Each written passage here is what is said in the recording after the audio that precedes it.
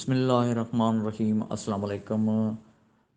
इबरत weather news में आया जो मेज़बान ग़ुलाम हुसैन ख़ास खेली। अॼु जेको आहे सो सभिनी ॾिसण वारनि खे इबरत टेलीविज़न नेटवर्क जे सभिनी ॾिसण वारनि नाज़रीन खे भलीकार ख़ुशि आमदीद चऊं था। मुंहिंजी कुझु ॾींहंनि खां तबियत सही कोन हुई ऐं नवाब शाह सिविल अस्पताल में बि डॉक्टरनि ॾेखारियो आहे।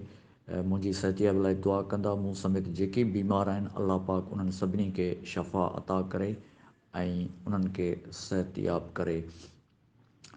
पंहिंजे वसार जेको आहे सो इबरत टेलीविज़न नेटवर्क जे नाज़रीन ताईं मौसम जी अपडेट पहुचाए रहिया आहियूं जेका बरसाति जे हवाले सां सूरत हाल आहे। अॼु जुमे जे ॾींहं खां ओलह जे बरसाति वसाइण वारे ककरनि जो सिस्टम सूबे बलूचिस्तान खां सूबे सिंध में दाख़िल थी रहियो आहे।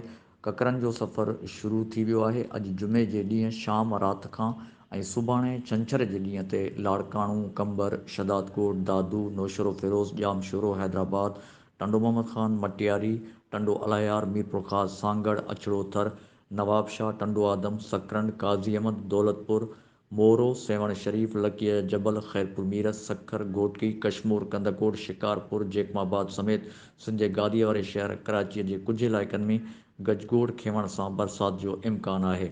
बरसाति जो घणो ज़ोर उत्तर सिंध ऐं ओलह सिंध में हूंदो, जॾहिं त ॾखण ऐं ओभर सिंध में किथे किथे बरसाति जा वसकारा थींदा। वधीक मौसम बाबति जेका सूरत हाल हूंदी तव्हां ताईं ॼाण पहुचाईंदासीं।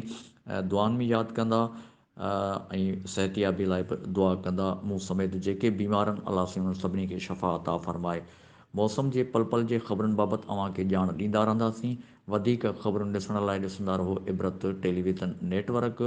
मौसम बाबति अव्हां ताईं ॼाण पहुचाईसीं। पंहिंजे मेज़बान मौसम बाबति तज़िया निगार ग़ुलाम हुसैन ख़ासि खे इजाज़त ॾींदा। अल्लाह हाफ़िज़।